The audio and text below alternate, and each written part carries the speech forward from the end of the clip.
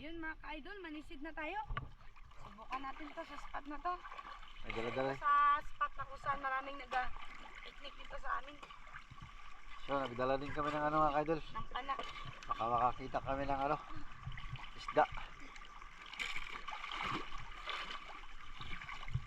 Limin, huwag malita.